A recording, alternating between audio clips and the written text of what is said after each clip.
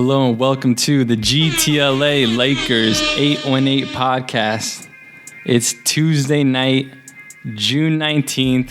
It's been a hot minute since we did a podcast. What's up, y'all? Last podcast we did was after the last game of the season, which was mid-April. So now it's mid-June. So April, May, June, 2 months ago. 2 months. We haven't done a podcast. We've been chilling for the most part. The homie here is kind of on the Lonzo Ball timeline, about to have a baby, his first baby. Yep. I wonder who's gonna. I know Lonzo's is due soon. I know yours is due soon. Mine's due in about less than a week, man. That's crazy, man. Less than a week. And you know, I didn't really know when we were gonna do the next podcast. I kind of thought I was gonna be in free agency, but now this has turned into the pre-agency podcast. I stole that from Bill Simmons and Jalen Rose. Because there's just been so much wild rumors, speculation, LeBron, Kawhi, Paul George, Lonzo, LeVar, Jello, so much to talk about in today's podcast. We could not wait any longer. But before we get into it, I kind of just want to toot our own horn real quick. Toot the horn of the GTLA Lakers 818 podcast, because I was thinking about it. And we've really done a really good job with this podcast, I think. I mean, we foreshadowed a lot of the stuff that's happening right now. Oh, definitely. And three things in particular I want to say. Since podcast 1, we've been talking about LeBron James coming to the Lakers. What are you talking about, man? Since podcast 1, we've been talking. How many times have we said LeBronzo? Since on this podcast, if you've been listening since day one, you know exactly what we're talking about. Number 2, and by the way, we've gotten a lot of new fans on the social media page. If you're not following, follow us. GTLA Lakers 818 on Instagram. Tons of funny stuff, funny content. Lots of good conversation and comments going on right now. Number 2. If you've been listening to this podcast, before the trade deadline, we were talking about how the Lakers were, quote unquote, fattening up the pigs for a trade in terms of Clarkson, Randall, and Nance. And guess, lo and behold, Clarkson and Nance got traded, so we got that one correct. Yep. On money. Number 3, and this is the one I'm probably most proud of. Back in March, I believe, it was in March or February, we did half of a podcast talking about Kawhi Leonard possibly coming to the Lakers. And we broke down all the details of all the weirdness going on with Kawhi and, you know, how he's a SoCal guy. And it just, you know, we could just kind of see the tea leaves. And now, you know, if you haven't heard, it was reported by ESPN's Adrian Wojnarowski that Kawhi Leonard would like to be traded to the Los Angeles Lakers. He wants to come, that's for sure. So, you know, if this is your first time listening to the podcast, just want to let you know this is the right podcast to come to. We definitely will foreshadow. Well, I'd like to think we can foreshadow a lot of things. And there's a lot of good conversation about to get on today. Not just basketball, but business, how to think, how these players think. So yeah, that you know, I'm a pretty humble person, but I felt like we had to, you know, toot our own horn a little bit there. You gotta do it.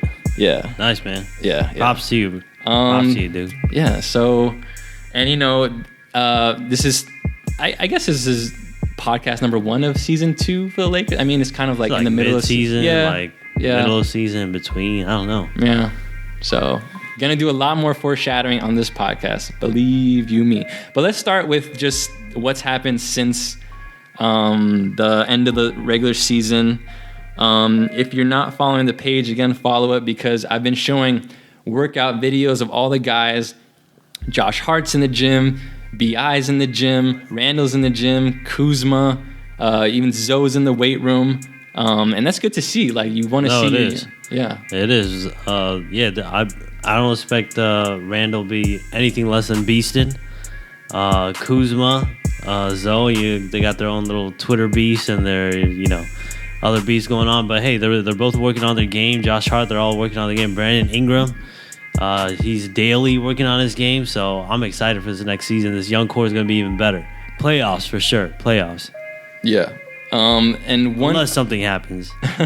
One update I do want to announce is regarding Lonzo and his injury. So a lot of people on social media were saying, "Oh, where's Zoe? We haven't seen any workout videos of Lonzo. He's not working out." So it was just announced exactly a week ago, June 12th, that he was finally cleared for basketball activity. He had been cleared for weightlifting and stuff. And if you saw just today, he posted a photo on his Instagram, which I reposted, of him in the water in the ocean with his bro and some other dudes. He looks yoked. Yeah, he definitely looks like he got bigger. Yeah, no, sure. Definitely. So he's been in the weight room, but he was just cleared for basketball activity a week ago. And it was interesting what I was reading. So what he had done was, I guess at the end of the season, he had what is called a PRP shot, which is a platelet-rich plasma shot.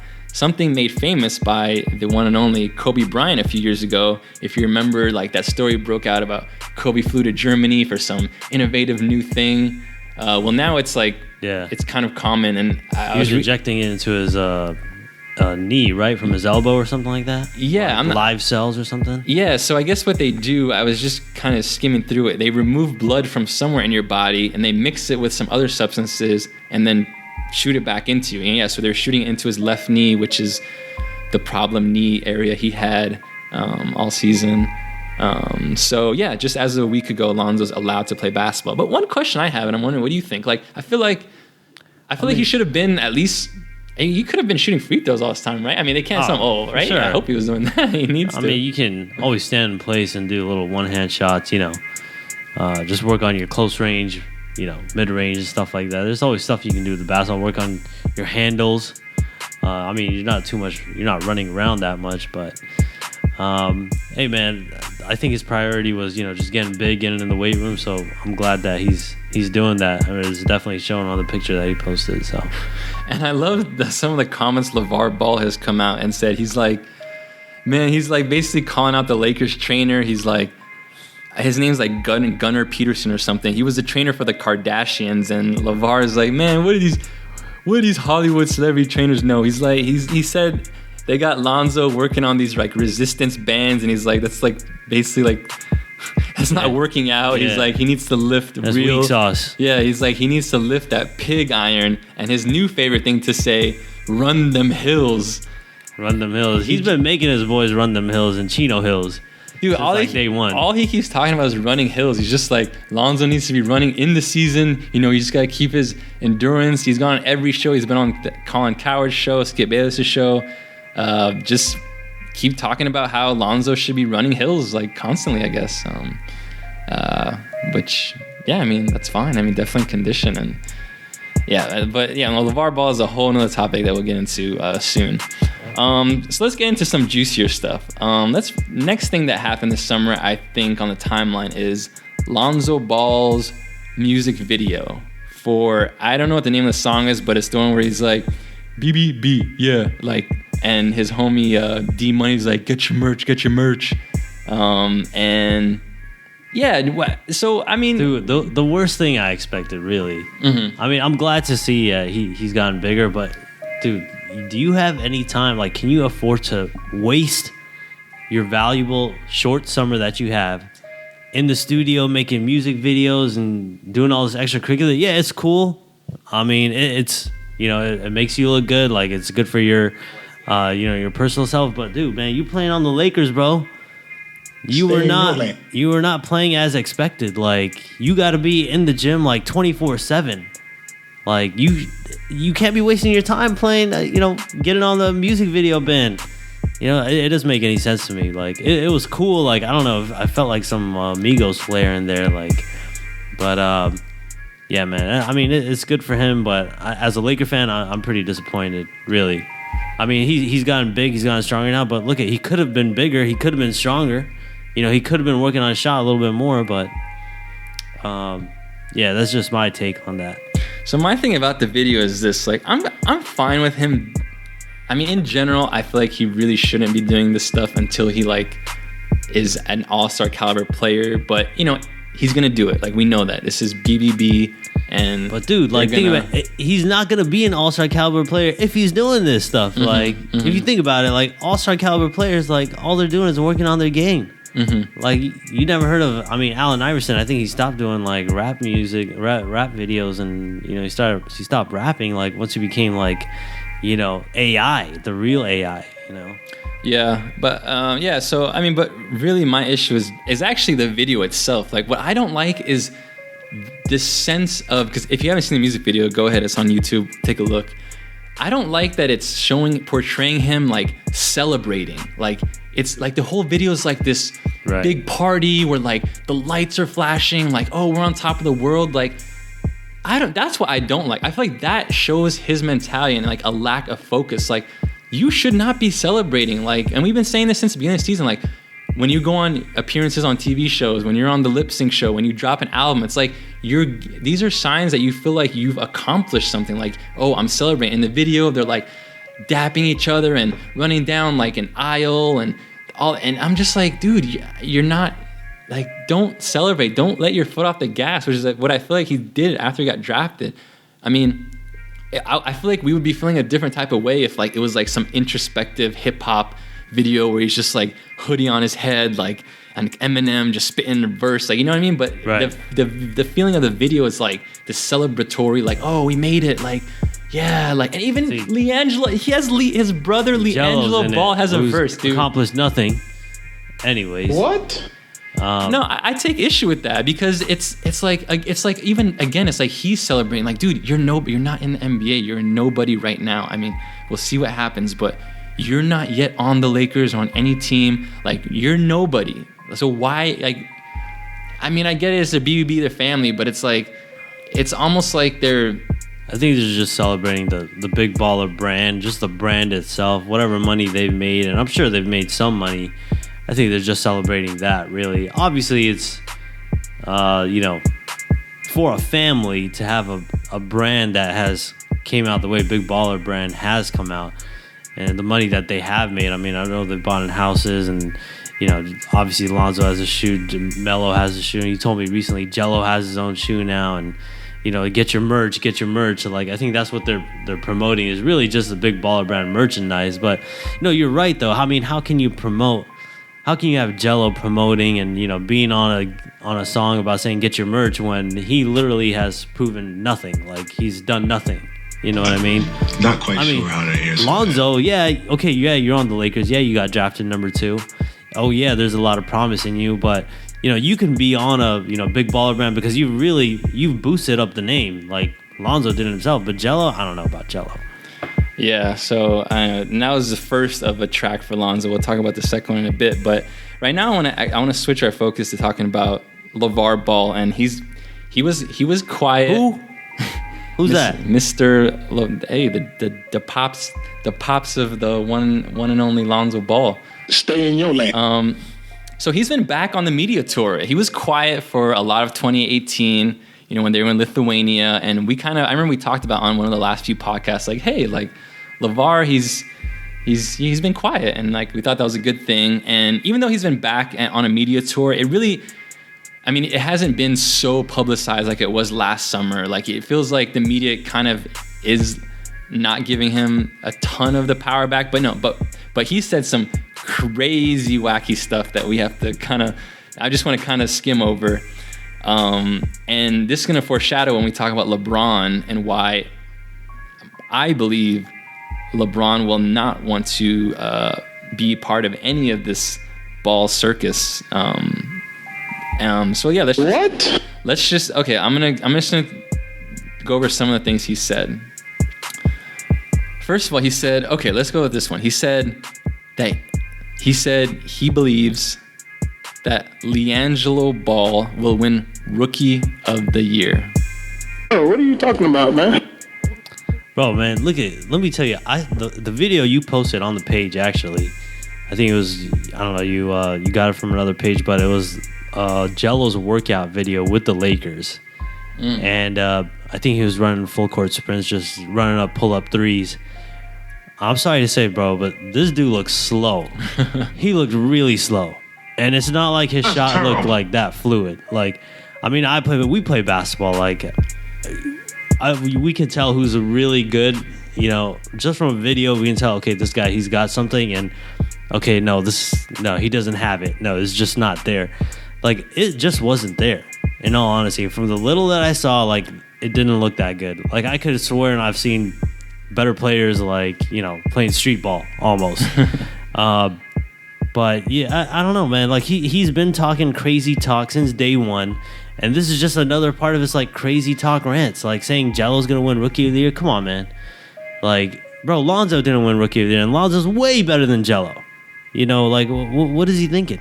If LiAngelo Ball gets drafted, that would be a shock. I mean, seriously. Like, and he's saying this, like, as if it's a foregone conclusion that he's going to get drafted when... And let's just be honest. Look, there's a lot of BBB stands out there. And I'm sure some of you are listening to this.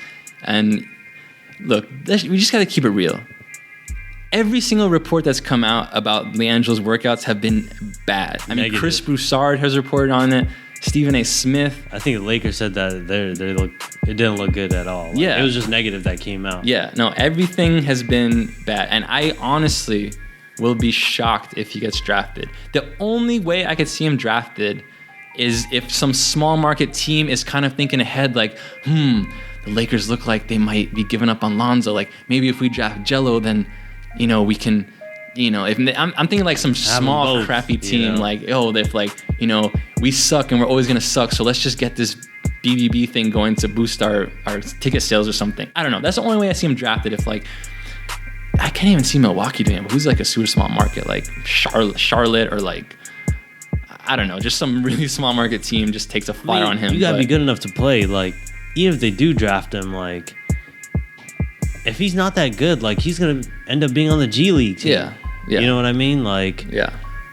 All right, let's move on to the next one. And this one's kind of related, but he said essentially, I'm paraphrasing, that he was asked kind of about Paul George coming to Lakers, and he kind of like brushed that aside and was like, no, I'm telling you, just Lonzo, LeBron, and Jello will win you a championship. Like, dude, what are you saying? Like, stay off the weed. That makes no sense. Like, he really honestly, I've come to the conclusion that he's a snake oil salesman. But he's just selling this. And he was like, oh, the Lakers, they're saying they need like a stronger, bigger shooting guard, and like, I got your guy right here. Like, Jello is that. I'm like, dude, like, this one we can just brush around. That one's just, okay, it's dumb. And then, okay, this one, and this is going to be part of when we talk about LeBron. He said that Lonzo Ball can't learn anything from LeBron. Oh, what are you talking about, man? Now, why would he say that? Like, what good could that do? It doesn't make any sense. Like, he's contradicting himself just because he said that, LeBron, Jello, and Lonzo will win you a championship. But then he's saying, wait, LeBron can't teach Lonzo anything. The guy who had just like a magnificent like playoff run, who just looked godly in the NBA playoffs in his 15th year, cannot teach a rookie sophomore player anything. And when Lonzo's even said himself, like, this guy's his role model, like, he's his favorite player, like, he wants to play with LeBron. Lonzo said that himself. I'm sure Lonzo himself would say, hey, I can definitely probably learn a thing or two from LeBron, just because he's like the greatest, player that he's seen. He's got amazing court vision like LeBron, like, I'm sure he would have to refute what his dad is saying. And it doesn't make any sense to me. And it's not just basketball too. It's like business and, just all that other stuff. Like, you can learn how to carry yourself as a professional. Yeah, you know what I mean? There's like, so much. I don't know. It's just, and also it's like LeVar has been talking about LeBron coming to the Lakers all year. He clearly wants that. So I don't see why he can't see that. Why is he going to bash him now, saying like he's not going to teach him anything? It's not going to attract. I mean, it's not going to attract them saying that. I mean, if anything, if it's either going to be neutral or it's going to be bad. Like, it's not going to be good saying that. So why? Okay. I mean, you would think if you want your son to play with LeBron, you would say something like, or at least I would say something. I think this would normal be to say like, hey, I think LeBron is amazing. I definitely think he can teach Lonzo a thing or two about playing basketball. And I definitely think he can help Lonzo improve his game. You know what I mean? Like, I mean, we've heard players have said that before. You know what I mean? They love to play with like veterans, like younger players. I want to play with Kobe. Like he can definitely teach me a thing or two, and we can definitely win together. You know what I mean? But the moment you start saying something negative, like, oh, he can't do it, or my son is better, or I can beat LeBron one-on-one, some crazy stuff like that. It really boggles my mind. It really does. Like, there's something you can say, you can try to sell it, and it can sound believable. But then there's some things that just like you're trying to sell something that just does not make any sense at all. It just makes you look really dumb. That's all what he's doing, to me at least. He's just making himself look dumber and dumber. That's terrible. All right, and then let's do the last thing he said. He doubled down and reiterated on the notion that if the Lakers don't plan to get Jello and like LaMelo, that he's gonna make Lonzo move essentially. And remember he said this months ago. He doubled down on it last week on the Colin Cowherd show. Yeah, he said that again. I mean, he's so now think about it. It's, again, these are threats essentially. Dude, he's just losing respect for Magic. Like I'm sure Magic has no respect for him now. Like, yeah, I mean, you just don't want to be saying that. I mean, how is Laker faithful? How are the BBB stands? How are we supposed to feel about that? Like, oh, we don't take your son, then whoever does, Lonzo's leaving. Like, it's just like, yeah, I mean, as a diehard Laker fan, like I love Lonzo, but I hate this guy. Like I really now it's not even like I don't even like him, or even before I thought at moments I thought he was cool because like some of the stuff he was saying was coming true, but now I really just despise him. Like, I mean, the moment you start going against the Laker family, you start going against Magic, and you start, like making like threats. Turmoil, and you start causing turmoil, and being poisoned towards the team. I just don't like that. Like I love the Lakers. I'm a Laker for life. I bleed purple and gold. But this guy is he's just really taking me off, in all honesty. Yeah, I mean, I'll say, like, as a Laker fan, it's hard to like him as an individual, and as like just taking basketball out of him, the Lakers. Like, he's a genius. I respect what he's done to an extent. I feel like now he's become very untactful in what he's doing, because I feel like I honestly believe he's gonna, like, essentially. My hypothesis is this: if LeBron comes to Lakers, Lonzo will not be on the team, and we will get into that more later. But that's just how I see it. Yeah. But what's funny though? LeVar, in all the media tours that he's had, he doesn't sound as confident or as cocky as he sounded last year before the season started, or in the beginning of the season. He just sounds like he says like his crazy talk, but he just sounds a lot more mellow. He just says it like that, but he's not that loud. He's not that boastful anymore. I think he knows that there's some doubt in his mind when he talks. Like he's doubting himself. I mean, that's what the sense that I get. I don't know if you feel the same way, but that's what I feel.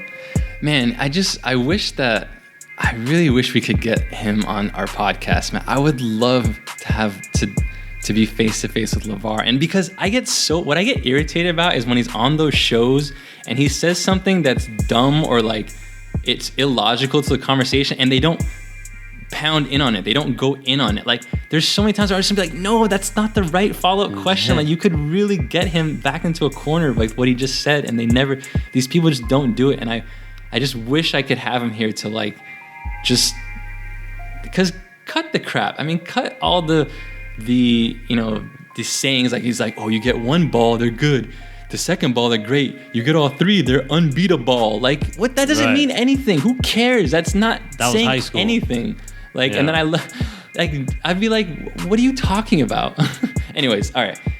Quick update on the JBA League. So I was looking into it. This actually starts in 2 days, on Thursday, June 21st. And I was actually surprised to see each city's got like a little team, right? Yeah, he has got teams in every city. There's like, I guess, 64 players, but they're playing at in Ontario at the Citizens Bank Arena, which I'm pretty sure is where the Lakers sometimes have a preseason game. Yeah, they played over there, right there in the IE, Inland Empire. Yeah, so I mean that's pretty good to have gotten that venue for. I mean, I think I don't think it's a ton of games there. I think they travel, but even the traveling and stuff is pretty cool. And I was looking at ticket prices. Tickets range from about $40 to $100. $100 apparently to sit courtside. So Hey, if you want to see LaMelo Ball on Thursday, I'm gonna be pissed if I feel like I'm better than some of these dudes. I'm serious, dude. We should go to one game. Like if there's multiple, I wouldn't mind. Yeah, I don't know. Yeah, he's definitely not gonna have Staples or the Great Western Forum, but yeah, I'll look at the schedule and see if we can. Yeah, we'll see. All right, time to move into the more juicier stuff into the podcast, i.e. LeBron, Kawhi. What's going to happen to our young core? Are they all going to be gone? Who's going to stay? Who's going to go? To set this up, I kind of just want to go back to just talk about what Magic Johnson's done, because I really feel like this is all just set up to happen. I mean, Magic was brought in at a time where we knew about these free agency openings years ago. Obviously, you just look at the contract lengths.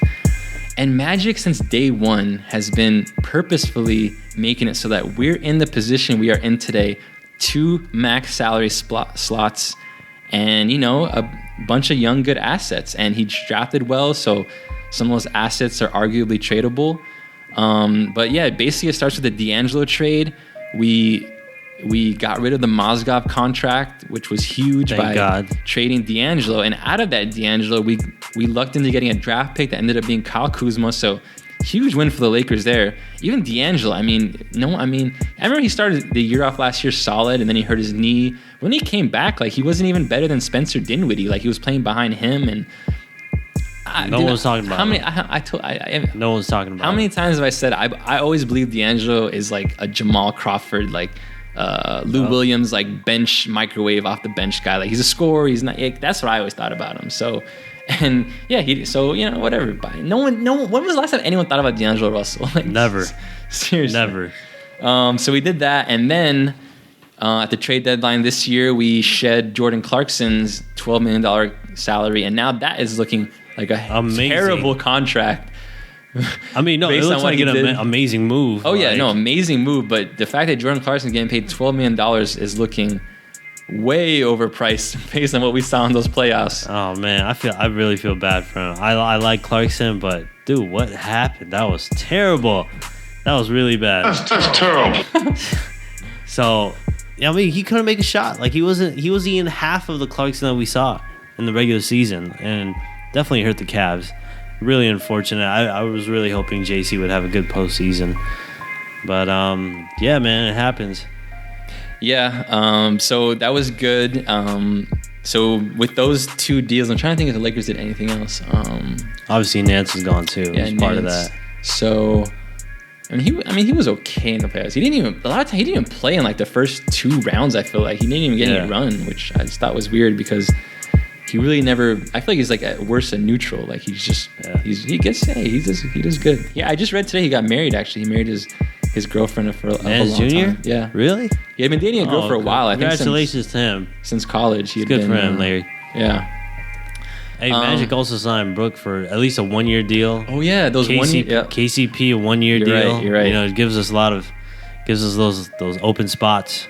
Right, this yeah. year. No, good pointing that out. He also, he did those 1-year contracts. And then also, not only did we shed Clarkson's longer term deal, but when we get back Isaiah is, his contract was expiring. So it's just a lot of money for KCP's contract, Brook Lopez, Isaiah's, Mozgov's. The only one left is Luol Deng, which, Lakers are potentially might get rid of that this summer. It makes me cringe, dude, when I think about it. So thank you, Magic Johnson, for this beautiful. He really took a dude. We were rock bottom. Look, we were rock bottom. When I think back, there's no way that Mitch Cupcake and Jim Bum were acting as fiduciaries in how they handled that summer. They should be arrested. I think it was for doing really that. For their own self-interest, really. But what interest? Because they just got crap players and paid them a ton of money. Look at they didn't have to pay anyone a max deal, and think about it. The Lakers, even in their losing seasons, made more money than literally the rest of the NBA in their losing seasons. Yeah. So all that extra money the owners are keeping because they're not paying anyone a max deal. That's you know true. what I mean? Yeah, no, that's true. And they probably just want to keep all the money in their pocket. Jim Buss probably told Mitch Cupcake, "Hey, look it, man. Whatever the profits we get, I'm gonna give you a percentage of it." And Mitch Kupchak was like, "All right, well, as a businessman, I'm gonna keep my payroll as low as possible. I'm gonna have the crappiest players, and I want to keep a big chunk of change for myself." And now Michael Jordan, who is just not a good owner, hired Mitch Cupcake. What a terrible hire. I mean, let's remind ourselves, MJ, the greatest that ever was in love with Kwame Brown. Kwame Brown. Drafted Adam Morrison with the 3rd pick. Who that? And this past year's draft, drafted Malik Monk over Donovan Mitchell. It makes no sense. So yeah, I'm not really do the Charlotte. Just say bye-bye to them. You guys can have Jello. And then Lonzo later. Sorry, BBB BBB stands. Hey, I like Lonzo. No, I like Lonzo too. He's gonna be a Laker for life, well, dude. I'm sorry. If LeBron comes, he's gone. Like, he's good as gone. Damn. All right, so let's move on. All right, we got to talk about LeBron. So the news broke about 2 weeks ago. Gary Payton was on some podcast and said that LeBron James' eldest son, Bronny, is going to go to Sierra Canyon High School in Chatsworth, California. Sir, what city do you live in? Live in Chatsworth. How crazy is that? We were 818. The school that LeBron's kids supposedly might go to is literally in the San Fernando Valley. Bro, it's literally like 5 minutes from my house. 5 minutes from where you live, 15 minutes from where I live, and 5 minutes from where I grew up. And we used to go to their games because, well, they're a basketball powerhouse. Right now they have Scottie Pippen's son, they have Kenyon Martin's son. But when we used to go watch their games because they had Marvin Bagley III, who was a projected top 4 lottery pick in this year's draft. This guy was beasting at Duke. Yeah. This guy was totally beasting at Duke. Yeah. He could go as high as number 2 in the draft this Thursday. So it's crazy that we were watching a kid who's about to go, top 4 in the NBA draft at that school. So yeah, no, that is a basketball powerhouse. It's not. It's not. Since we live here, anyone wherever you listen to this podcast, hopefully we have some international listeners. I don't know. That school where Gary Payton said is a legit basketball school, a basketball powerhouse. Mm-hmm. So it made some sense. I was like, oh wow. And then I read something about LeBron was checking out a school in like Newport Beach or something. I heard some Brentwood area too. Yeah. So yeah, he has 2 houses in Brentwood, 2 $20 million houses. So let's talk about this LeBron business. LeBron James. So when I think about LeBron coming to Lakers, what I think is, look, I feel like there's a false media narrative that's kind of been floating around, like, oh, LeBron James, he wants to come to the Lakers to ride off into the sunset, handle his businesses, learn from Magic Johnson. Look, all that is true, but that's BS to say that's what it's about. If LeBron James comes to the Lakers, he has to win a championship. Bottom line, if he doesn't, that will be a black mark on his legacy and his resume. Bottom line, every single Laker legend, except for one, Elgin Baylor, sadly, has won a championship. And even Elgin Baylor, he was on the team the year that we finally won a championship with Jerry West and Chamberlain, but then he retired in the middle of that season, so he should have ended up with one. But aside from that, Jerry, Wilt, Kareem, Kobe, Shaq, this is what the Lakers are about. You don't come here and not win if you're a top 10 player. It's a winning tradition, dude. Yeah. It's just like, that's what we are. Yeah. It's championship or nothing.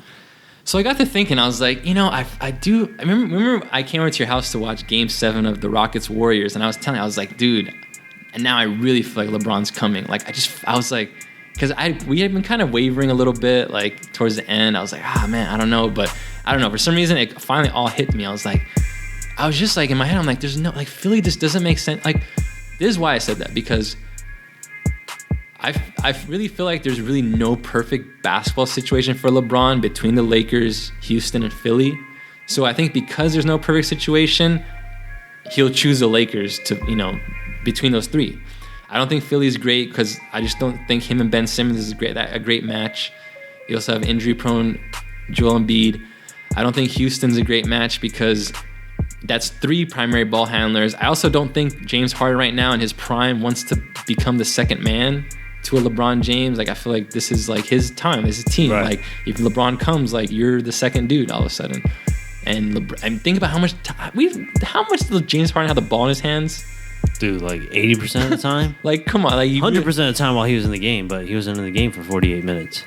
So, like, imagine how uncomfortable it'd be for him if LeBron was there. Like, LeBron's gonna have the ball more than him. Like, yeah, I just don't see it happening. I mean, people have been saying it just because the Rockets were like the closest threat to the Warriors, and they're saying, oh, well, if LeBron joins the Rockets, now they can beat the Warriors. No, it doesn't work like that. Like, they're both really ball dominant guys, and you have Chris Paul in there, who's a playmaker himself. I just don't see that working out, really. And for Houston to get LeBron, they definitely have to lose Capella, who was huge for him. So anyways, I was like, okay, no, it's going to be the Lakers. Like, he's not going to stay in Cleveland because they have no way to improve.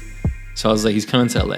And then I was thinking, yeah, okay, so LeBron and Paul George are going to come. Like, but I was like, that's not enough. And that's not enough to win. That's not enough to win with the Warriors there. I mean, it really isn't. Like, and so that's when I think we were texting. And dude, this is why, I'm a little pissed because I had all these thoughts before the news broke about Kawhi, and I think I texted you. I was like, dude, LeBron's coming with Paul George and at least one of Chris Paul, Durant, Cousins, Kawhi. Like, I said that to you. Yeah.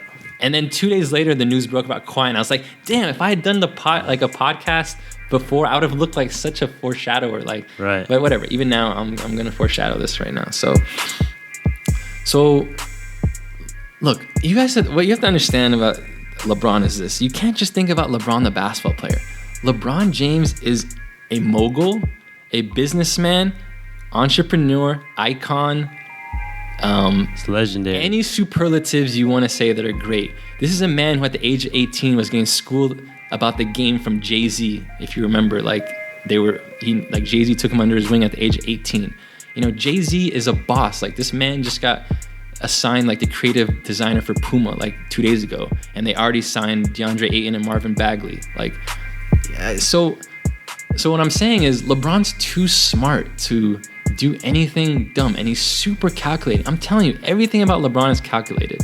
Even when he came to that summer league game to watch Lonzo, even when he had that conversation with Lonzo with his jersey over his mouth, all of it is like a part of a narrative he's trying to put out there, and it's not rash. Like, it's very calculated. So LeBron's, I'm gonna jump into LeBron James' head. He's like, okay, I want to come to the Lakers. Paul George, we know he wants to go, and he knows that Kawhi wants to come too. He knows about everyone. We all know. I mean, if we could talk about it in March that Kawhi wants to come to the Lakers, LeBron knows he wants to come to the Lakers. So whatever. I'm sure LeBron put out his feelers. I bet, and I really think he was like, okay, Kawhi, I want you to break the news that you want to come to LA before free agency starts, and do it well before to give Lakers time to like put together a deal. Because look, LeBron, again, he's all about his narrative. So ideally for LeBron, he's gonna tell Magic, listen, I want to be the last one to come. Like, I want Kawhi and Paul George to be signed or on the team, so that when I come, it's like, you know, the last man is the boss, is the king. Like, that's how it works. Like, and so, just a few days ago, Kawhi broke. They wants to come to the Lakers, and you know, we're gonna talk about that in a little bit. But you know, it's funny though. You remember that video like 2-3 weeks ago? Was it 2-3 weeks ago? Kawhi was at Dodger Stadium. Oh yeah. And some dude was like recording him, but come on, man. You at Dodger Stadium. Magic is part owner of Dodger Stadium. You're not gonna tell me he didn't have a little chat with Magic in the back somewhere? Yeah, no doubt. So now I want to get into my theory about LeBron and Lonzo. You know, we were talking about LeBronzo all year, and I still am hopeful. I mean, personally, I'll just say this: I want Lonzo to stay on the team at least, you know, for another. I'd like to see him for another season. I want to see if he worked this summer. I want to see if his game improved, because he's still a fantastic player and he has a great, bright future. I don't believe that LeBron James wants Lonzo on the team. And I'm going to break it down why. First, I want to talk about... first of all, it's mostly about LeVar and not Lonzo. More about Big Baller Brand and LeVar and not Lonzo, personally, or anything. But number one, basketball reasons. And this is the smallest reason. You know, just in general, the fact that, like, LeBron and Lonzo kind of play similar, and if LeBron wants to have the ball in his hands, like the more LeBron wants the ball in his hands, the less Lonzo's value is. I mean, Lonzo is at his best when he has the ball in his hands and he's creating. If LeBron wants to continue what he was doing all his career, which I'm sure he does, like kind of playing de facto point guard, now you lower Lonzo's value on the court, lowers just automatically from that, but then it lowers multiplied by 2 because of the fact that he can't really shoot. Because of LeBron wants to dime shooters, like that's what he does, like. And so if you have Lonzo playing off ball, and last year, from what he showed, he didn't show that. And this is what upsets me. This is why sometimes in life I feel like, and this is what I feel like Lonzo, this is what's gonna happen to Lonzo. Sometimes in life you're lucky to get a second chance, but sometimes you're not. And I feel like Lonzo, by not being ready last season, he might have blown his chance here. Like, if he was shooting well, then he would have been immovable. Yeah, like then LeBron, and he was just playing well and shooting not 50% from the free throw line. All right, so that's the basketball reason. Also, number 2 basketball reason, LeBron in general he doesn't really like playing with young guys. If you remember when he got traded to Cleveland, the Cavs had just drafted Andrew Wiggins, who was projected to be a very good player coming out of Kansas. I mean, people were really high on him, like he was going to be a superstar. And even though he had all those projections, LeBron was like, "Listen, no, I don't play with young guys. Like, I need to win now." So he traded Wiggins for Kevin Love, and I feel like basketball reasons why. You can this reasoning applies to any of the Lakers' young core. Like I think LeBron in general just wants ready to win now players over the youngsters. But now I'm gonna get into the real reasons why, the main reasons why I feel like LeBron doesn't want to play with Lonzo, and it has to do with LeVar and BBB, and again just going back to LeBron the businessman. Now we're done with the basketball reasons. Let's talk about LeBron the businessman. I already said this, and Stephen A. always says this. LeBron loves controlling his narrative. LeVar Ball has done such a great job of being able to put out narratives. I mean, he's become this TV, like, just hot take person where everything he says is like, I mean, it's news. It's national sports news. And so do you think LeBron wants to share any of that media spotlight with a LeVar Ball? With LeVar Ball already saying, "Oh, Lonzo, Jello, and LeBron are gonna," do you think LeBron wants to be discussed? LeBron knows he can't win with that. Well, it's not just he can't play with that. Yeah, I mean that's the basketball reasons. But Jello is forget Jello. I'm just saying, like, do you think LeBron wants every week on ESPN First Take that LeVar Ball and LeBron's name is going to be in the same breath? Like, right? Do you think LeBron wants every week to be like, "Hey," just like Luke Walton went through, "Hey, LeVar said this. What's your response?" LeBron does not want to go through that. Especially some younger teammate's dad. Like, yeah. Yeah. That's just immature. Like, LeBron, you see his post conferences, his press conferences, this guy's like super mature. And it feels like, any young player is like the total opposite of what LeBron is. Yeah, so just in general, I feel like the clash in the media between LeVar, who's just taken such a big part of the LA market already, and they're number one in the LA for the Lakers. Like, if you're like, who's the number one storyline? It's Lonzo/LeVar. And it's not going to go anywhere. If LeBron comes too, then Lonzo's fame grows, LeVar's fame grows, BBB grows. And so now all of a sudden it's like, almost it's going to look like in the media on equal footing. Like, we're going to be talking about LeVar and Lonzo as much as LeBron. That's what that's how LeBron's thinking. Like, think about it. Like, he's like, there's no way in hell I want to share all that LA spotlight. LeBron wants all that for himself. Think about it. He's going to get it too because Kawhi doesn't say a peep. Paul George is also really quiet. This is why he's loving this. He knows when he comes here with those guys, he's going to be just soaking every single bit of storyline and media news. And LeVar and BBB only impedes that. It only can compete with that. And LeBron, he's the master of dismantling his competition. This is what he does. Think about it, in the Eastern Conference his whole career. This man has never played the toughest people in the East. He never played against. He played Carmelo once in his entire career in the playoffs. Never played Dwayne Wade once in the playoffs. Never played Chris Bosh once in the playoffs. He joined it. He dismantled the entire conference. Like, this guy is like, it's like, they're seriously like Jay-Z moves. Just how Jay-Z moves in silence. It's like, why should I get blood on my shirt? Like, I can win before the fight even starts. Like, that's how LeBron thinks. He's such a genius.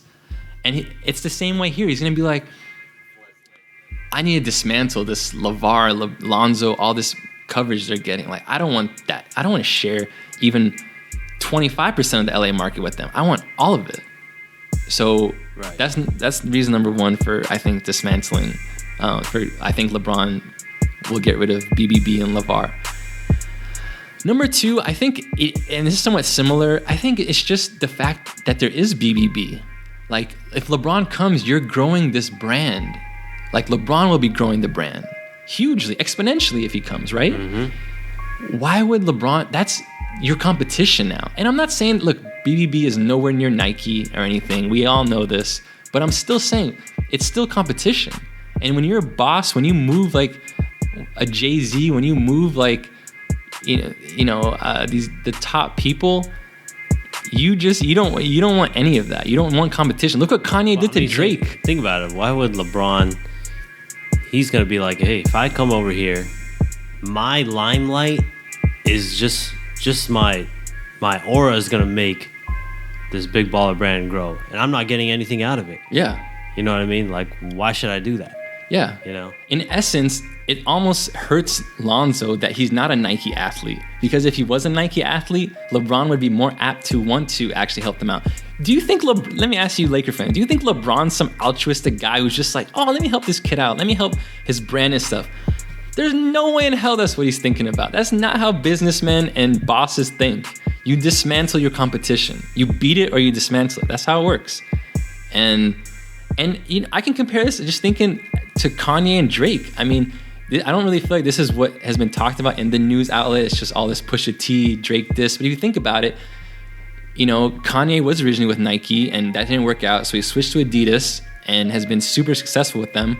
All of a sudden, Drake wanted to come join Adidas and start his own line. And Drake is huge. Like, you think if you're Kanye and you've already been with Adidas for 2 years or whatever it's been, are you going to be happy if Drake is coming along? There's no way in hell you're going to be happy. You're going to be like, damn, I'm about to lose like a big share of the market.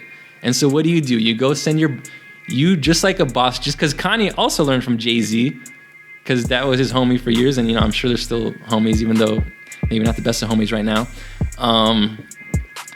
I'm sure it's just a boss move. You tell your soldiers, you be like, all right, push a T, let's go get him. Like, and you don't do anything. All you do is sit back in your chair, flicking your fingers like you're like, the old man, like watching your plan unfold. And Kanye effectively ended Drake's Adidas campaign. And I'm not gonna get all the way into it because I'm sure not all you fans know about this, but he did. Just Drake's line is not coming out on Adidas right now. Pusha T diss track was ham. Yeah, he went ham. So just how Kanye ended Drake before he even came to Adidas, LeBron does not want BBB to grow. It's not in his best interest. And if it's a mogul, you're only self-interested. That's just how it is. Just like LeVar is about BBB, and that's why LeVar is trying to put out narratives of, oh, Lonzo's gonna make LeBron better. He keeps saying that, right? That's something like that. Yeah, he's crazy like, talk. That's what Lonzo does his whole life. He'll make LeBron better. When LeBron comes, he'll win a championship because of Lonzo. That's the narratives LeVar's putting out. Dude, LeBron doesn't want those media narratives out there, and LeBron doesn't want to. Yeah. So I feel like that made some sense. Like, I try to break that down. No, definitely. Trying to think what else. I feel like those are definitely the two biggest reasons why I don't believe LeBron will want. And look, there's no mystery. ESPN reported this and Bleacher Report that the one constant piece, if LeBron comes to get moved, is Lonzo Ball. Like, that's what the reports are. And that's not. So to all the Lonzo lovers and BBB stans, I'm sorry, but if LeBron comes, I guarantee you, no, Lonzo. I want LeBronzo. In my preference, Laker fans and BBB stans is for Lonzo to play with LeBron. I want that personally. Like, I at least want to see it for a little bit, but I'm not sure if that's going to happen. I just can't see. The thing is, I can't see one reason why LeBron would want to play with him. Really, but if you're Magic, would you want to trade? Think about it. You're young talent. Lonzo Ball is so promising. I understand he's got the LeVar Ball bandwagon with him, but Lonzo is so promising. Who's 20 years old? We've seen him put on weight. Like, we know he has potential. Would you want to trade him for a 15, now going into a 16th season, LeBron James? Like, would you want to see that? Like, Yeah, if you're Magic, if that's the question, yes. I thought you were going to ask me, if you asked me if you're Magic, do you want to see Lonzo go? I would say no, actually. But if you just ask me, would I rather have, do I think Magic wants LeBron or Lonzo? I think LeBron. Because think about it like this, Magic himself is also self-interested. For Magic, it's important for him to, the quicker he gets to the finals or wins a championship, the better he looks, right? And so you're just going to do a quick assessment. Okay, LeBron pretty much guarantees me to the conference finals in the West. Lonzo doesn't guarantee me anything. Doesn't even guarantee me to go to the playoffs. And not just next season, but I mean, just look, LeBron looks like he can play for another 6 years. So like, It's not like you're gonna get some 2-year plan. Like, so yes, no, I think so. But if you're gonna ask me if I think Magic wants him gone, I don't think he does. I think just look at that press. Remember when we brought Magic brought Lonzo for that first press conference, and he was like, "Dude, I want to see your jerseys. I see you in the rafters for the Lakers." Like, I still feel like Magic he'll always have a soft spot for Lonzo just because of the way he plays, point guard, moving the ball. I don't think he wants him gone, but I also believe that if LeBron tells him that LeBron wants him gone, he'll just do it. Like, he won't really. Sure, I heard a report that Magic's willing to do anything. Like, it's literally LeBron's call for him to come over here. It's literally what he wants to do. Like, what he wants. Oh yeah, how he wants no, to of course, and that's not unique to Magic. Any of the 30 NBA owners would say the same exact thing, and so would you if you were an owner. Like, I'm sorry, like, unless you, Look, I want to talk about this real quick. Because I get a lot of comments on the Instagram page. Again, if you're not following, follow us at GTLA Lakers 818. I get a lot of people saying, "Oh, don't break up the core. Oh my, how are you gonna? These guys are so good. You don't know where we're gonna be in 3 years. Like, blah blah blah." And it irks me. And why it irks me is because the Lakers are the one team out of the 30 teams in the NBA that have the cachet, the name, the city, the location to have free agents the best free agents that just want to come play for you. If you think about it, over time, like the Lakers, we've always won through trading, really, or free agent signings, free agent signings. I mean, we've never really. I think the last person was who, Magic, that we drafted and that became great for us. It's Kobe. I mean, we didn't draft him per se, but Kobe was at the end of the day, he was traded for Vlade Divac. Like, yeah. I mean, but yeah, essentially. But it's. Yeah, Kobe too, if you think about it like that. But other than that, like, we always get big name guys. Like, we get the Pau Gasols, you know what I mean? We get the Kareem Abdul-Jabbars. Like, we got Shaq. Yeah. You know what I mean? Like, it's not... these big name players, they want to come here. I mean, this is Hollywood at the end of the day. Yeah, no, exactly. And so... my point is this: if every single other of the 29 teams in the NBA are jealous of the fact that the Lakers can do this, if you don't take advantage of that, you are a fool. Like, you would have to be a fool to want to go through the process to win a championship when you can just cut right through the process, shortcut to your way to a championship. You'd have to be a fool. Do you know how risky, long, and arduous a process it is to develop young players? And I mean, it doesn't even happen in the NBA. Let me break this down for you. I mean, first of all, let me say this. There's at least 7 or 8 teams in the NBA right now that have 3 or 4 young guys that look like, in 3 or 4 years could be amazing. I can name a few off the top of my head. The Phoenix Suns, Minnesota Timberwolves, Chicago Bulls, the New York Knicks.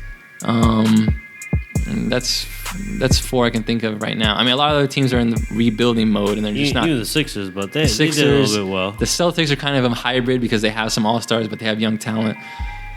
Look, let's just break this down like this. Since 1980, look, the way you win championships in the NBA is with the best of the best. Since 1980, there's only been like 7 or 8 players that have won a championship, right? I mean, and it doesn't, you have to have the best players to win. You don't draft people that are like potentially going to be B+, A- players and think you're going to win. Since 1980, the only players that have won championships, Magic Johnson, Larry Bird, Isaiah Thomas, Michael Jordan, Hakeem Olajuwon, Tim Duncan, Shaq, Kobe, LeBron, Wade, Dirk, Durant, Steph Curry. Those are the best of the best players. Right. That's 30 years of NBA history being won by Literally top 5 players, by top 5 players in the NBA. And LeBron James is the best player in the NBA. Kawhi Leonard is a top 5 player in the NBA when healthy, arguably top 3. The only team that kind of, they didn't even go through the process, but that is kind of an outlier in all of that in the last 30 years is that Detroit Pistons with Chauncey, Richard Hamilton. Other than that, the last 30 years of NBA, 80, 90, almost 40 years, I'm going to say. 40 years of NBA history has been dominated by like 10 guys that were top 5 players. So yes, you absolutely must, if you have the opportunity to cut through the process, you do it. Like, just logically, it wouldn't make sense to risk it, because let's say you're like, no, screw LeBron, screw Kawhi.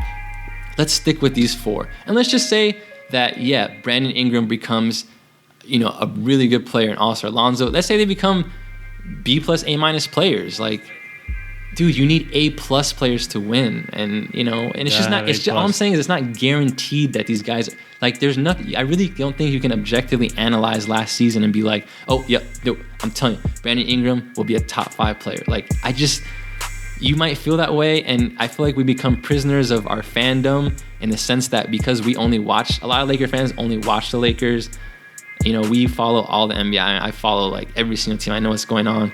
Like the same way how we're talking about, I believe in Kuzma. The same way how we toot the horn of our young guys. Believe me, the Chicago Bulls are doing the same thing about Chris Dunn, Zach LaVine, Lauri Markkanen. The Timberwolves are doing about Karl Anthony Towns, Andrew Wiggins, with the same exact fervor. Believe me. Like, so you kind of have to, So, and again, that's my point about people who are just like, that's my point against people who are just like not even willing to consider bringing in these people. You know what I mean? They're just like, no, just don't even bring LeBron. Just don't. No, you have to consider it. All right. Right. No, you got a point there. You definitely have a point there. It really makes you think about it because, I love our young core, and I would love to see our young core develop. But no, you're right. Like, you got to have the best of the best. Yeah. And I mean, who knows, like, what's going to happen in 3 years? What if someone gets injured? What if something happens, Yeah, exactly. And think about it. What if we don't win? And then what if these guys' values are so high in 3 years that now all of a sudden Ingram and Kuzma and Lonzo and all their contracts are expiring. Now they all want big deals. And Lakers can't afford to give all of them big deals. Randall, too. You know what I mean? And then all of a sudden the team breaks up without even winning a championship. They got close, but none of them are willing to take a pay cut. Let's just say, hypothetically, what if that happens? That's exactly the risk. I'm telling you, over the last 40 years in NBA history, look, you have to look at it from the other side too now. I already explained how the last 40 years have been dominated by the top 5 players of that moment in time. Like Hakeem, when he was in 93, 94, the mid-90s, he was a top 5 player.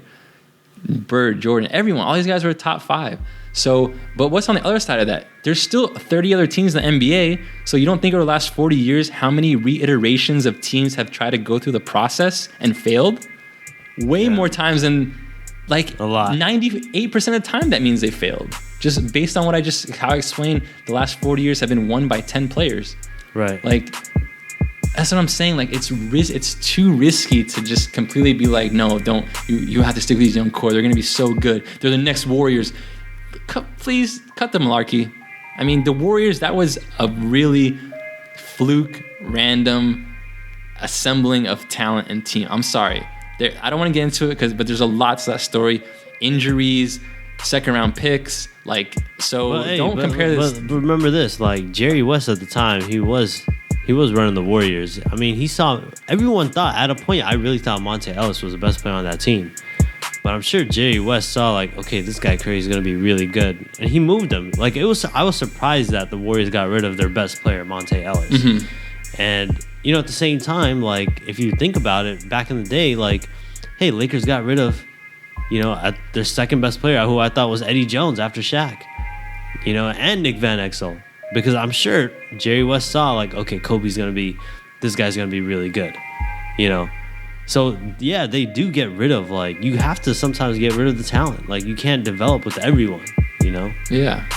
I mean, the Lakers are lucky to be in a position to have assets to trade to get these guys. Really, that's how you should be looking at it. Like, be like, thank God we had all these number 2 picks and we got Kuzma. And like now, because imagine if we didn't have that, then we'd be potentially stuck. So, I mean, look, again, we get emotional as fans. We love believe me, guys, and whoever Laker fans, you're listening, I'm not trying to bash on the Lakers or our young guys. Like, I love all of them, and I think it'll be fun to watch them grow.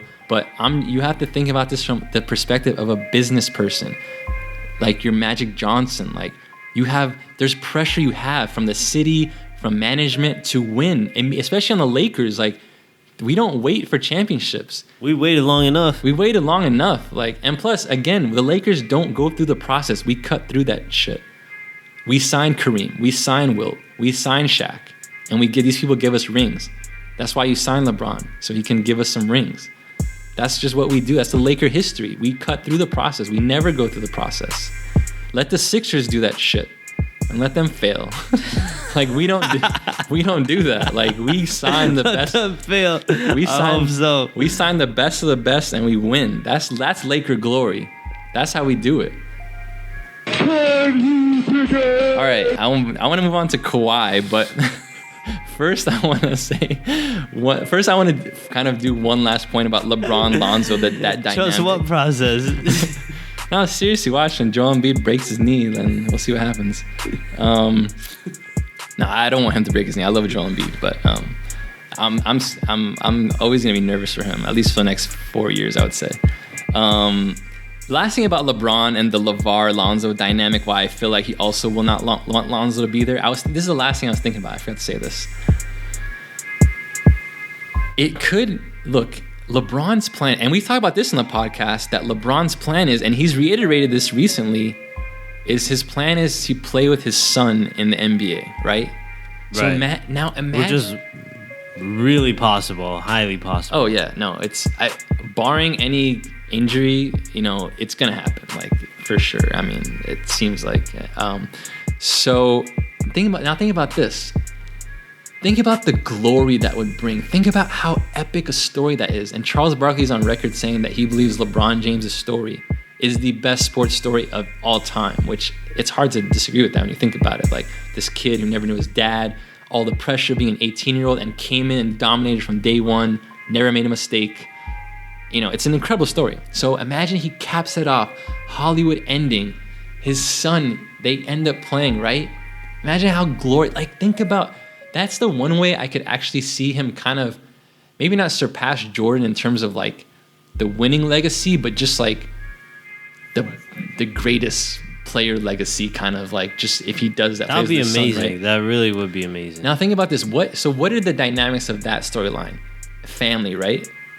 Mm-hmm. So think about it. If there's another family on the team, this whole LeVar plan, that's going to water down the story. That's true.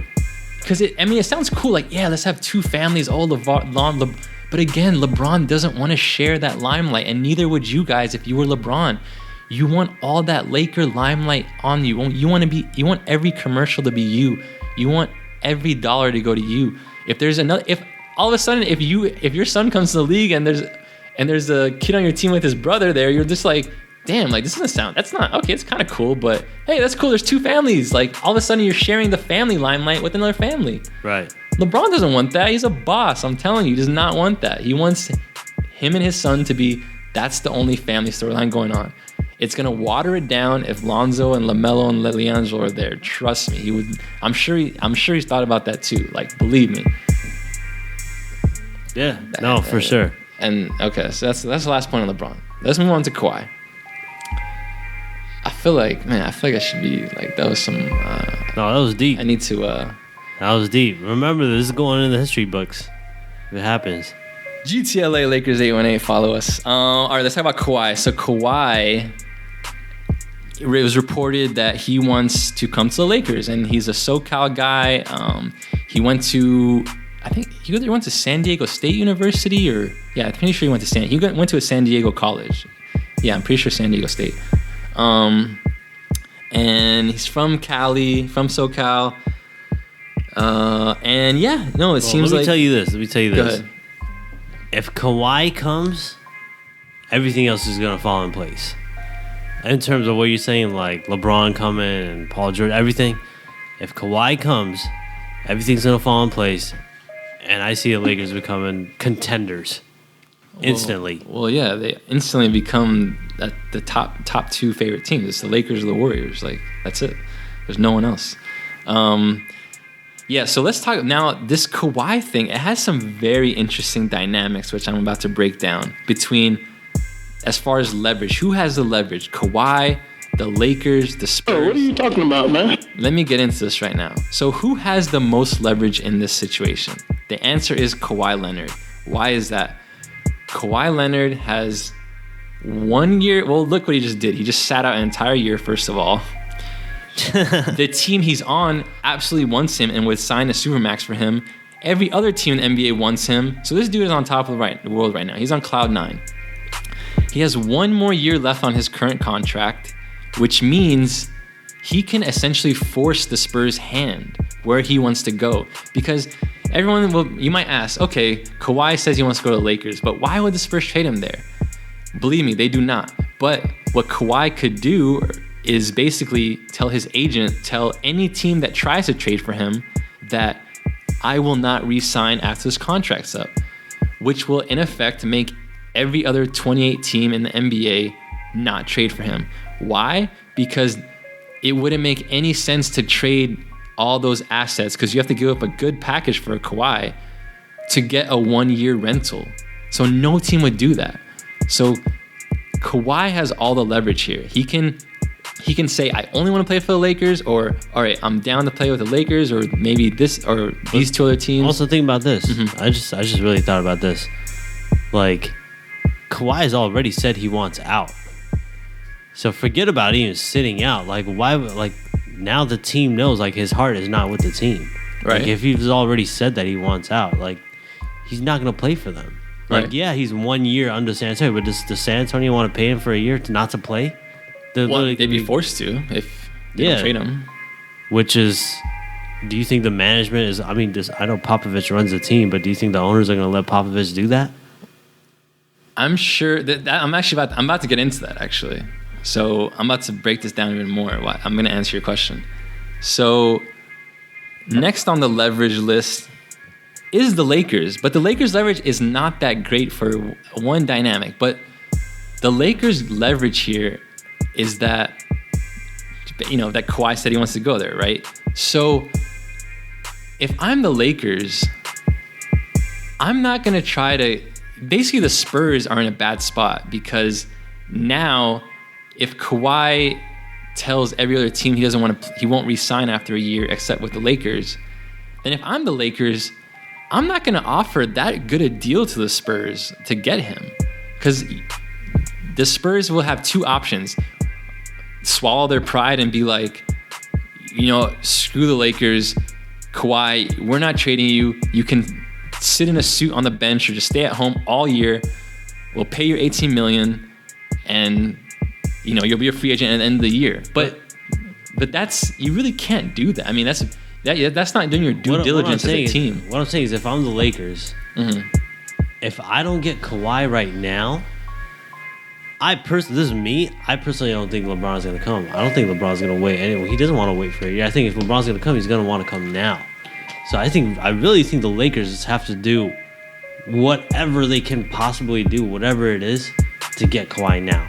Right. No, you're right. Know what I mean? You're right. And that's the leverage the Spurs have. The leverage the Spurs have against the Lakers is this. They can get whatever they want.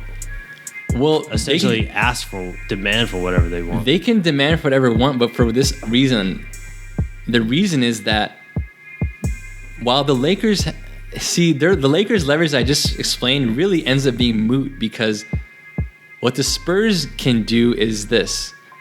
Their timeline to trade Kawhi is way longer than the Lakers have. The Lakers want to get a deal done ideally before free agency, right? They want, because I'm sure LeBron called Magic already. He's like, hey, listen, I really want us to get these two before I come, so it looks like the king has landed, and these are my minions. Like that's what LeBron's thinking for his his media, just for his for his persona and just his image. So the Lakers in effect they're going to try to rush to trade, right? But for the Spurs, their deadline is not until the trade deadline in February, really. Right. See, so I didn't even think about that. Yeah, so the Spurs they can be like, okay, so because this is what I want to get into. If I was the Lakers, this is the package I would offer for Kawhi. Like, this would be the first package I would offer. Randall, Hart, and our first round pick this year, and maybe whatever, a future second round pick. I don't know. That I'm not saying that would work, but I'm saying that would be the package I would offer. Why? Even though I love Josh Hart, I'm trying to save Brandon Ingram. Like, I'm trying to not trade Ingram. And Julius Randle's already kind of, it seems like, a lost cause. So maybe do a sign and trade. Also, I'm going to Spurs. I'm being like, look, we're giving you lost cause. You sound so mean, man. No. I meant a lost cause in the sense that, like, free agency is going to be tough for the Lakers to match any offer he gets. That's what I meant. Like, it almost seems like there's no chance we can keep Randle unless by miracle he takes that qualifying offer for cheap, which I hope that can work out, but that's only what I meant by lost cause. Not his basketball game. No, I hope we can keep Randle. So yeah, I'm like, listen, Spurs, I'm giving you two Spurs type guys, Josh Hart, Randle, hard workers. They can fit into your system. Give you 2 picks. Give you our first round pick this year. Give you a future second. Of course, the Spurs they're not going to say yes. The Spurs, obviously, they want Kuzma and Ingram. That's what they're going for. No doubt. They're trying to get, I bet you every phone call is like, nope, hanging up, nope. Because the Spurs, guess what? They can wait all the way until the February trade deadline and just keep saying that.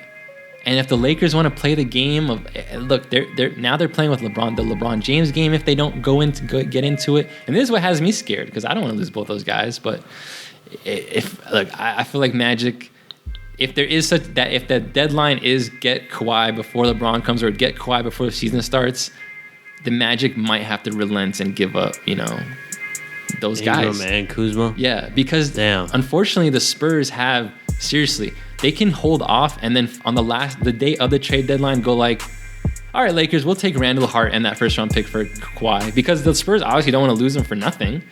But I'm just saying that they have up until February. The Lakers' timeline is before the season starts, and really before free agency, I would assume. So those are the weird dynamics at play here. How this will play out,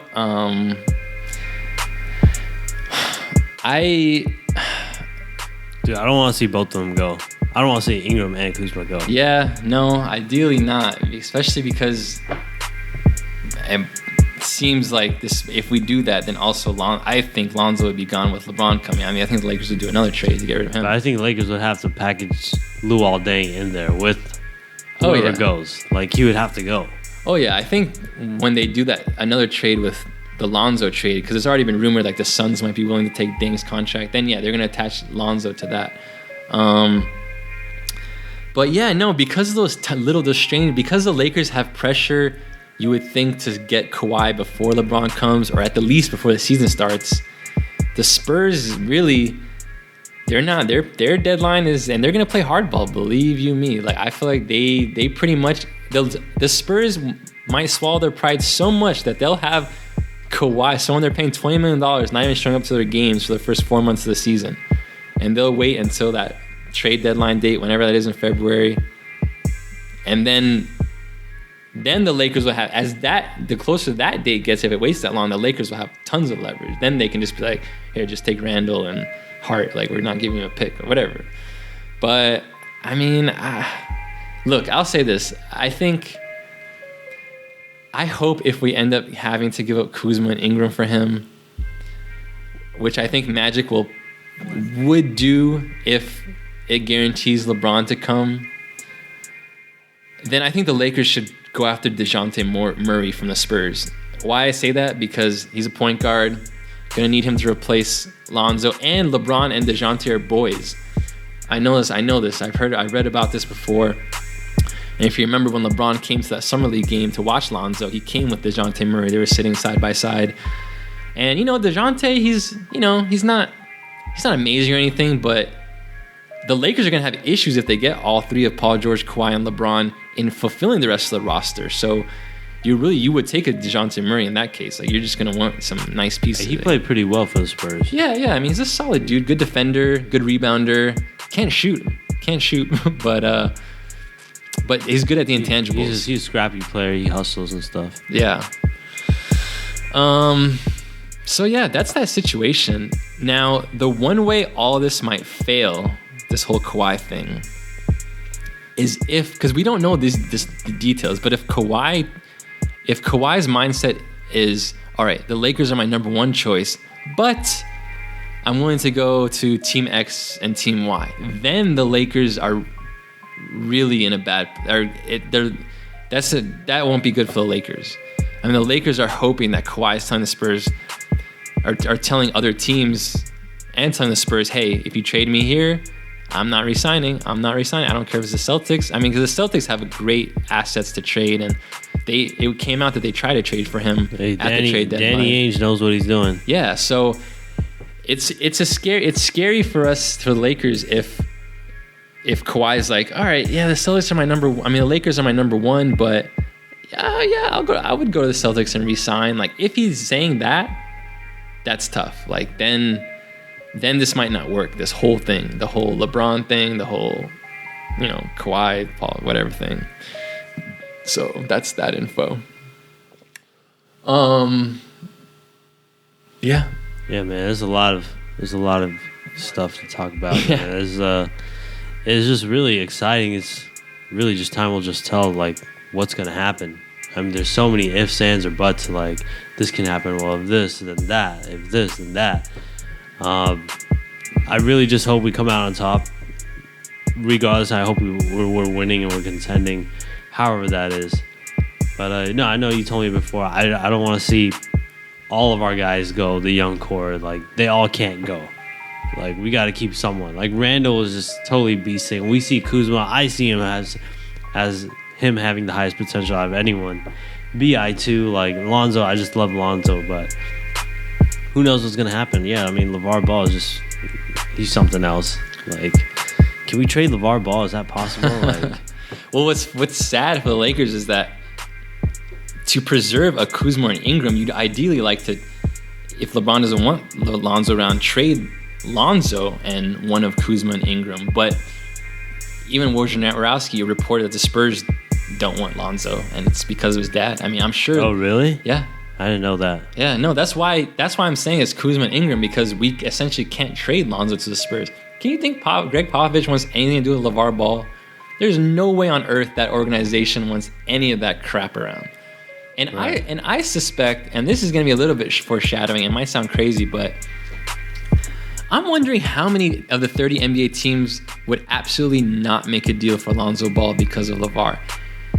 I'm going to go ahead and say this. If LeVar Ball is completely going to be unrelenting about this whole, have all my 3 kids on your team thing, and just never gives that up, dude, I think Lonzo's going to be bouncing around everywhere. No, he's not going to be bouncing around. He's going to be bouncing out of the league is what I'm saying. I think there's like a less than 5% chance. I'm going to say right now I'm going to say less than 3% chance, which is just crazy, that in 5 years Lonzo Ball will not be in the NBA. Like, I'm being dead serious. That sounds crazy, but I bet you already at least half the NBA, all the good organizations are like, listen, we don't want anything to do with Lonzo. I don't care how good he is. We're not going to deal with this crap. If it's true, you heard it here, folks. Yeah, I mean, maybe GTLA Lakers 818 and podcast. Hey, LeVar, maybe one day he can have all his 3 boys on the same JBA team and they can dominate that. Like, maybe that's what he wants in the end. Like, because all he seems to want is some fantasy of, and I don't blame him, of all his 3 kids on the same team. I think he just really cares about big baller brand and money. Really, I don't think he really gives 2 craps about stay in your lane. The NBA, because now to him the NBA is competition. True. Because because of his JBA, and I just really think it's about his boys and his big baller brand making money. That's it. And I feel like he could feels like, who knows? Yeah, maybe you're right. Like, what if he feels like JBA can make more money if all three of his kids were playing in the JBA league than if they're playing in the NBA? You know, big baller brand, he's going to keep all that money for himself. Mm-hmm. That is interesting. But the one thing is that the JBA, at least as of now, is meant to be like for really young players. I mean, they can't give out big contracts or anything, but he probably doesn't care about big contracts. He probably doesn't care about his kids making money. He just wants to make the money. You know? Yeah. All right, but yeah, no, I'll say this. I agree with you. You know, after all this is said, that if we lose all four of our core, Randall, Lonzo, Kuzma, and Ingram, I would definitely feel a type of way. Like, I would feel like we didn't. I feel like we kind of. I don't want to say we lost, but I just feel like Magic's got to keep one of them, man. Like, I don't. Even if it means, and I'm kind of hoping that Randall signs that qualifying offer for $5 million, because I think Randall is perfect if you get those three guys. You have a big man who can switch out to guards, which essentially we need to gear our teams towards playing the Warriors. And so we need a big who, as we saw all last season, like, you need a big that can switch out, because all these teams are doing is pick and rolls. So, and Randall is so good at switching onto guards. Like, that would be his number one skill on this team. Like, no, definitely being able to switch onto a Steph Curry and guard him, a Durant. Like, he can do that. So I almost like really in this season, like towards the end of games, I can vividly remember a game against the Washington Wizards. You know, Randall switched on to John Wall, and he got a big stop at the end of the game. And I almost want him, you know, guarding the guard at the end of the game. Like, he gets low, and he's got great lateral movement, and he's strong. Like, that's definitely a plus. I mean, if you're playing the Warriors, like, you know, he's going to be able to guard Curry or even Clay. Yeah. So for Magic Johnson, the challenge is this: get Kawhi, LeBron, and Paul George. Get Randall to sign that qualifying offer, and keep one of Kuzma and Ingram. That is the most optimum, realistic thing for the Lakers this summer. But I love Lonzo. I want Lonzo to stay. I could be completely wrong. I could be wrong that LeBron doesn't want to play with Lonzo. I could be. But I don't think, that's just my opinion. So that's the only reason I'm kind of leaving Lonzo out of it. Like, and again, we've heard the reports have come out that he's the one piece to go if LeBron comes. Like, I'm telling you, LeBron is in complete control of that narrative and storyline. Believe me. LeBron has proven you gotta do it. Now, I kind of touched on this a little bit, but it's gonna be interesting if we do get those three guys, how we're gonna fill out the rest of the roster with all that money tied up. Because if you remember with the Miami Heat, they struggled to fill in that roster with solid players, and that was one struggle they had. Like, if you remember that Miami Heat team, they had a bunch of like cruddy role players. Like, it's hard to get like Udonis Haslem, James Jones, Birdman, Chalmers, Norris Cole.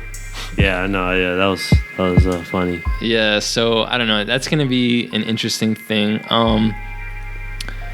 I'll say this too. I feel like there's two last things, hypotheticals, I want to throw out there real quick. First of all, Durant coming. The snake. Yeah, and the only reason I say Durant is because I think this is very unlikely to happen, but I feel like Durant is like just weird enough, as he's shown over the last couple of years, to like consider actually doing this. Like I feel like LeBron and Magic could like tag team him and like play mind games with him and like convince him that like this is the best move for you to come here. Like, he's definitely weak-minded, that's for sure. Because but like Durant, he's exhibited this.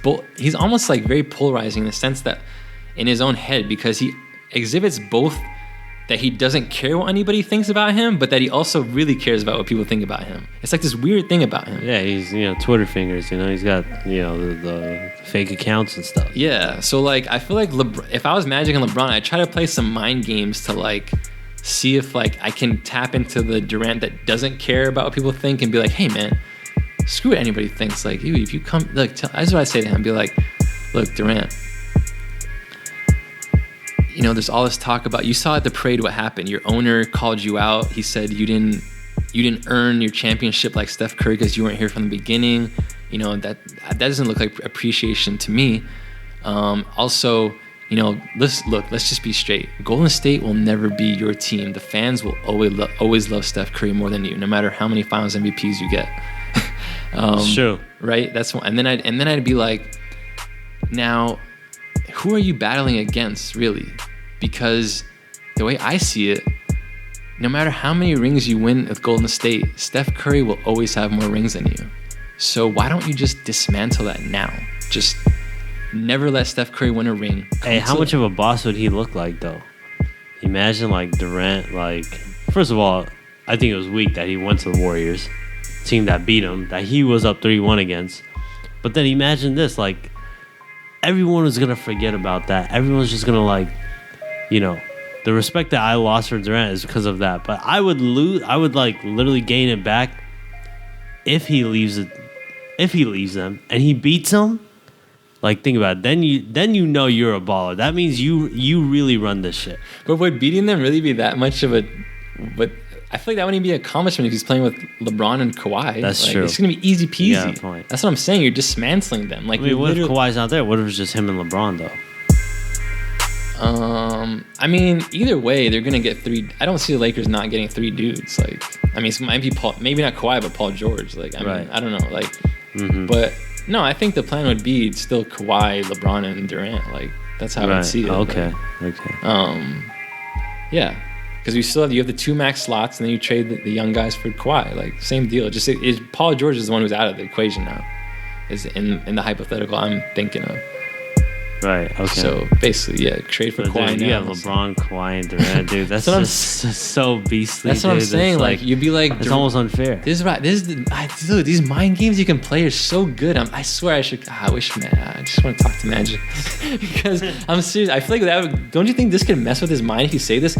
Seriously, let me go in further. I'd be like this. Look, you're amazing, Durant. Like, you are amazing.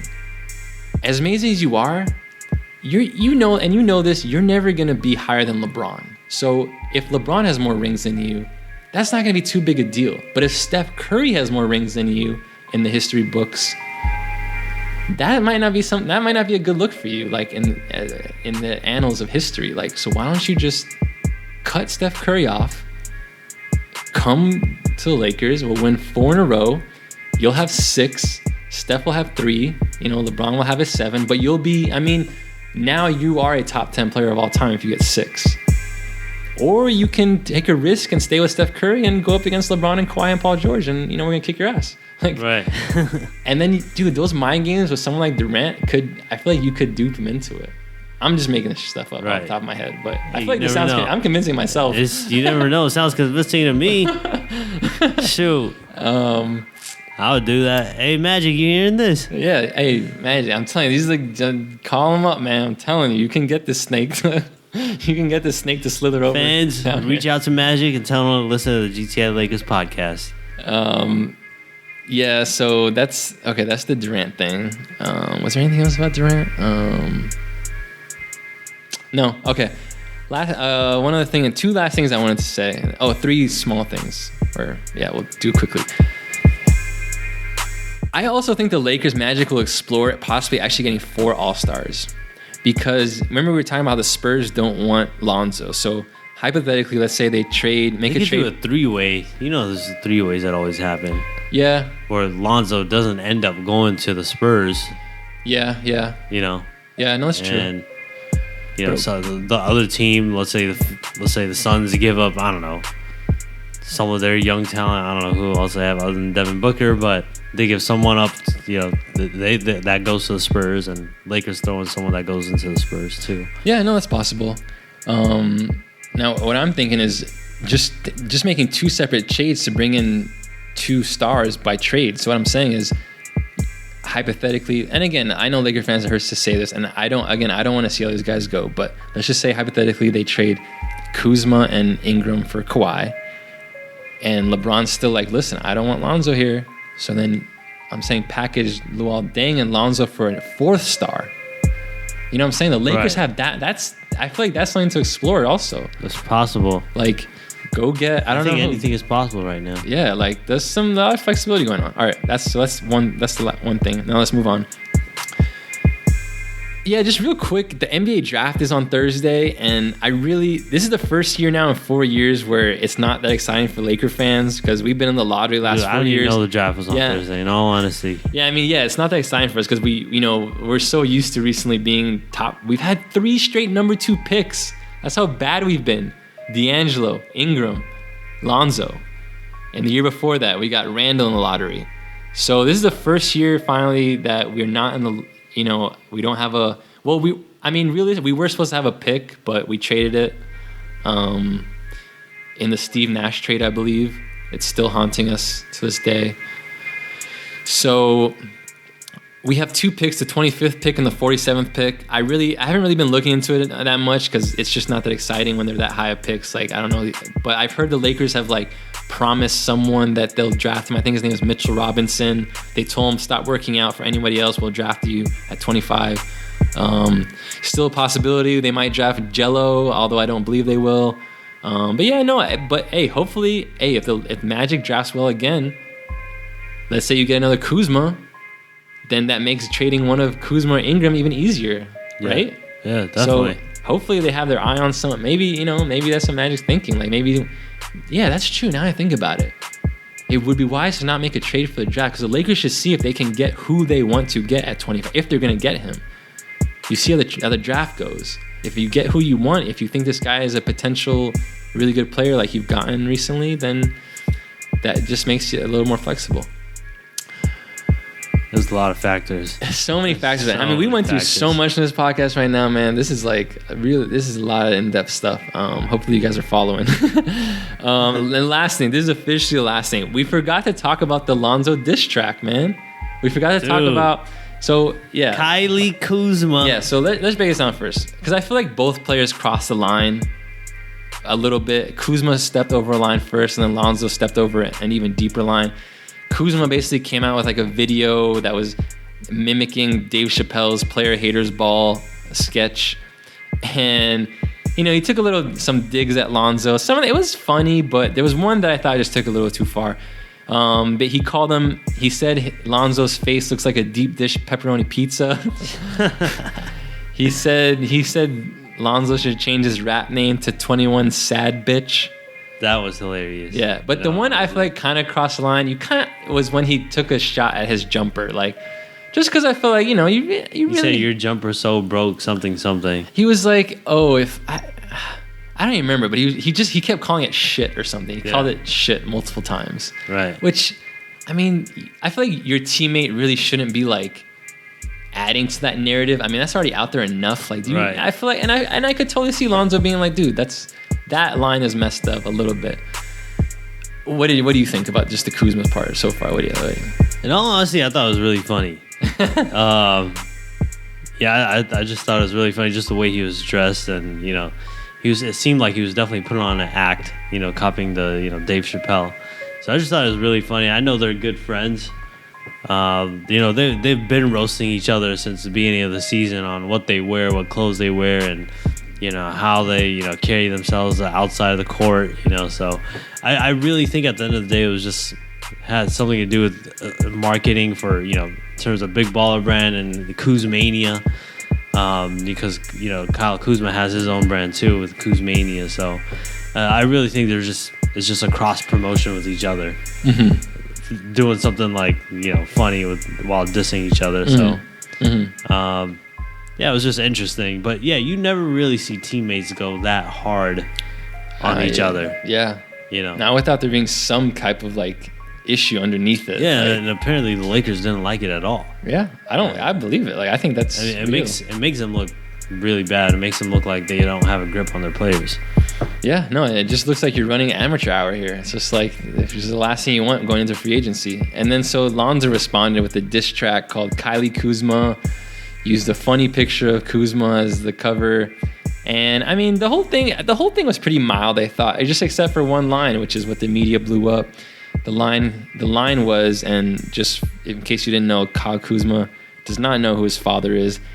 Lonzo said, "Don't know who your daddy is, boy, your ass is getting sunned." saying Lonzo's sunning him right now. Ouch. That's pretty harsh right there. Again, it's similar in this in the sense you don't want Kuzma adding to the whole Lonzo brick jumper thing. The same way, do you really want your business out there about not knowing your dad? Like, that's not normal. Like, right. Maybe, to be honest, maybe Kuzma really doesn't even give a shit. It's possible. Maybe he's laughing about it, but it's just a bad look. Yeah. It's just a really bad look. And do other NBA players, do they want to be around that type of atmosphere? What other athlete has made a diss track to another athlete, though? Like, on the same team. Even in jest or something. Like, I don't think that's... Yeah, no, it's... you don't need... You see, Pusha T dissing, Drake, but, that's rap. That's real rap. Like, that's real, hip-hop. Like, these are sports guys, Yeah. So it's kind of interesting. It's just a bad look on the team. Yeah, and reportedly the Lakers were not happy, and they told them to tone down the social media back and forths or whatever. All right, I think that we talked about a lot of stuff, man. I think talked about a lot of stuff. This about wraps up this podcast. I think we'll probably do another one.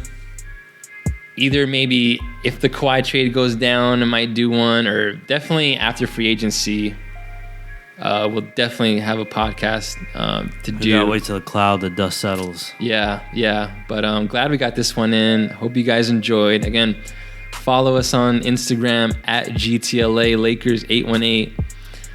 Hit me up if you have a question or you want to get featured on the show. Give us a review on iTunes.